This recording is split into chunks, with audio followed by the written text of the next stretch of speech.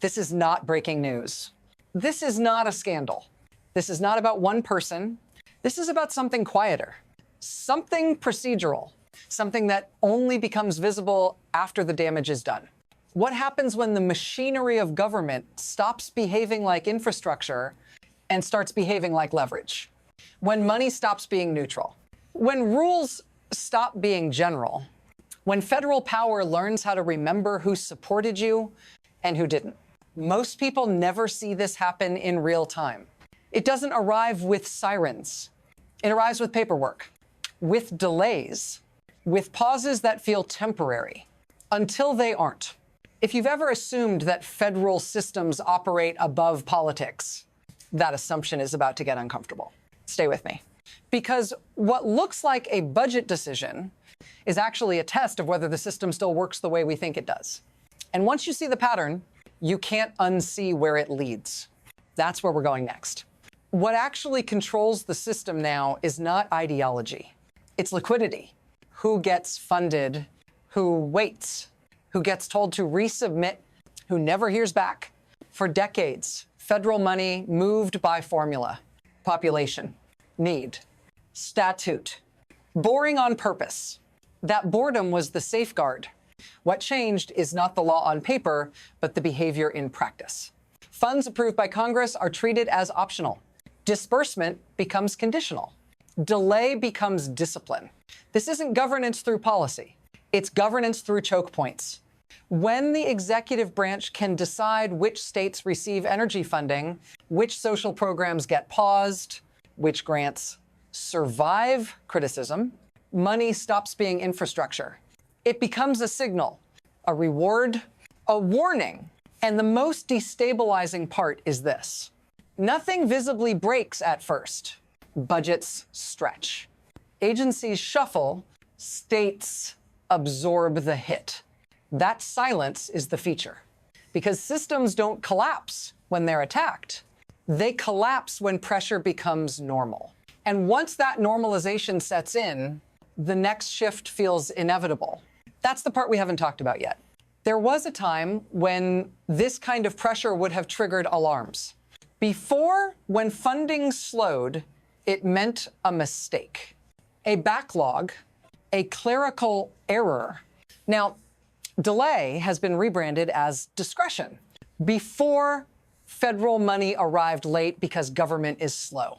Now it arrives late because someone decided it should.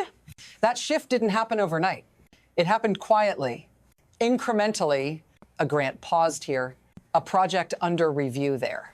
A justification that sounds temporary, technical, reversible, and each time the system adjusted. States learned to plug holes. Agencies learned to hedge. Institutions learned not to speak too loudly. This is how power moves without announcing itself, not by rewriting the rules. By teaching everyone how the rules are enforced now. Slow change is the most dangerous change because nothing feels urgent while it's happening until you look back and realize the baseline moved. What used to be unthinkable has become explainable, then defensible, then normal. And once it's normal, it can escalate. That escalation doesn't start with theory. It starts with something concrete. And that's where this gets harder to ignore. The shock didn't come as a crisis announcement. It came as a subtraction. Billions of dollars, already approved, already assigned, quietly pulled back, not everywhere, not evenly, only from certain states. Clean energy projects that had cleared every statutory hurdle suddenly lost their funding. Not because the money wasn't there, not because the projects failed review, because of where they were. At the same time, social safety net funding froze. Childcare, family assistance, programs designed to absorb economic stress were themselves put under stress. This wasn't austerity. Austerity is blunt. This was precise. The mechanism was simple. Impound funds Congress had already released. Use administrative delay as a veto without calling it one. State budgets didn't collapse immediately. They bent. Local governments filled gaps. Services thinned. Costs shifted downward. That lag is what makes this dangerous. Because by the time the damage shows up, the decision is already framed as history. And the question stops being, why did this happen? And becomes, who's next? Because once punishment works once, it rarely stays contained. What matters here is not the cut itself. It's how the cut was made. Congress allocates money, agencies distribute it. That's the design. But between allocation and delivery, there's a narrow space, a procedural gap. Paperwork, timing, interpretation, that gap is where the system was bent. Funds weren't canceled outright. They were paused, reviewed, reconsidered. Words that sound temporary, neutral, legal, but the effect is asymmetric. The executive absorbs none of the cost. States do. If a state waits, it must borrow. If it borrows, it pays interest. If it cuts instead, residents lose services. That's the transfer. Political risk flows downward. Financial damage pools locally. Who benefits is invisible. Who pays is not. This is how leverage works in a federal system. You don't have to win the argument. You just have to control the bottleneck. And once that bottleneck is proven effective, it doesn't stay limited to one policy area. Energy becomes welfare. Welfare becomes health. Health becomes elections. The mechanism doesn't change. Only the target does. And when that happens, the system stops arguing about policy and starts arguing about survival. That's when institutions respond. Not all at once, not calmly, but decisively. The response came faster this time. Courts didn't ask for patience. They asked for justification, and there wasn't any. Funding freezes were blocked. Energy projects restarted. Regulatory shutdowns reversed. Not with long opinions. With blunt ones, illegal, arbitrary, retaliatory. That language matters because it signals something rare. The judiciary stopped assuming good faith. When a court says an action lacks evidence, it's not debating policy. It's questioning motive. A wind farm serving multiple states was ordered to keep operating, not because the court loved the project, because the executive couldn't explain why it should stop.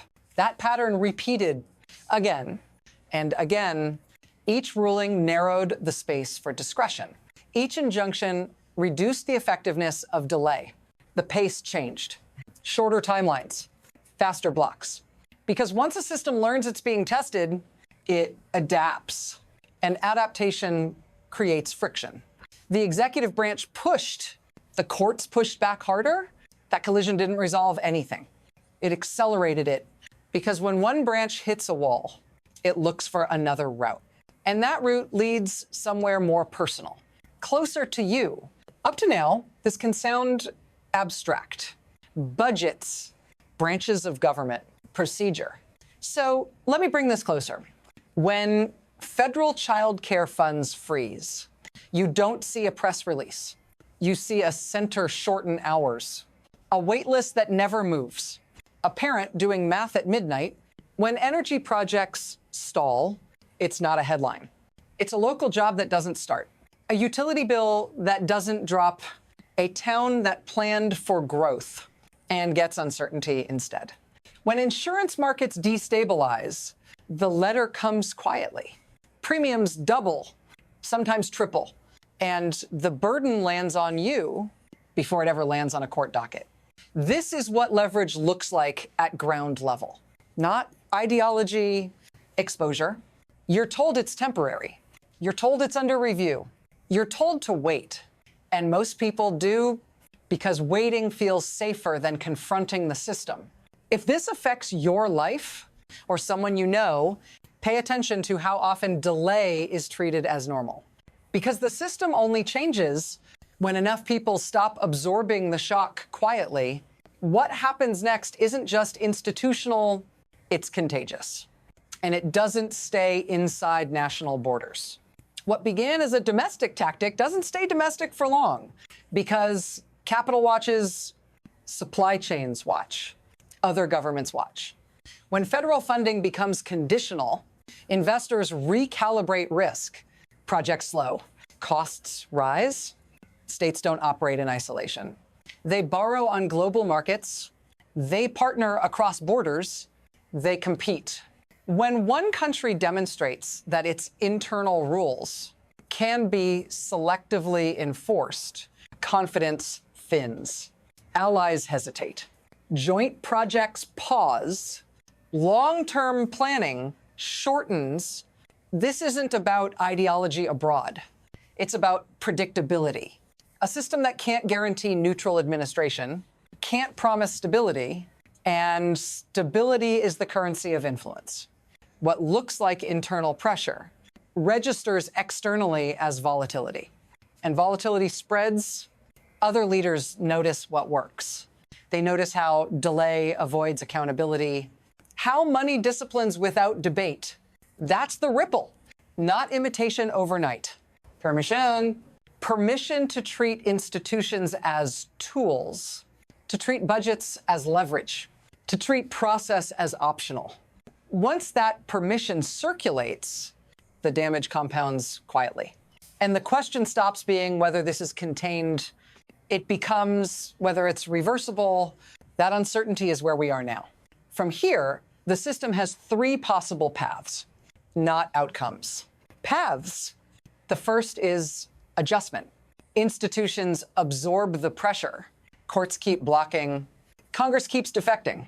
The system stiffens just enough to hold. Nothing dramatic changes, but nothing fully heals either. The damage becomes a permanent tax on trust. The second path is erosion. Delay keeps working. Not always. Just often enough. Budgets thin. States compensate unevenly. People adapt downward. The system still functions, but only for those who can wait, or pay, or relocate. Erosion doesn't announce itself. It feels like fatigue. And then there's rupture. That's when leverage stops being subtle. When funding threats become explicit. When courts are ignored. When legislatures freeze. Rupture doesn't require a single dramatic act. It requires accumulated permission. The permission to bend rules once more. To delay a little longer. To punish one more time. Which path emerges doesn't depend on rhetoric. It depends on friction. How much resistance the system generates before pressure becomes precedent. And here's the part no one can answer yet. We don't know which threshold we're closest to crossing. This is the moment most systems fail. Not when they're attacked, when they convince themselves they've survived, because blocking an action is not the same as neutralizing a strategy. Courts can stop a freeze. Congress can reverse a cut. Elections can shift numbers. None of that answers the deeper question. What happens now that the technique is known? Now that money has been tested as a weapon, now that delay has proven effective. Now that neutrality has been shown to be optional. That knowledge doesn't disappear. When one administration weakens, it lingers. It waits for a moment when attention drifts. When fatigue sets in, when people stop watching process because nothing seems on fire, that's when systems quietly change character. So don't take comfort in the pushback alone. Watch what happens next. Watch how power adapts. Watch who learns from this. If you want to understand where this leads, not in theory, but in practice, stay with this story. Because the next phase won't look like resistance. It will look like routine. And routine is where the real danger hides. I'll be here. Follow this. Question the pauses. Because if you stop paying attention now, you won't notice the line being crossed until it's already behind you.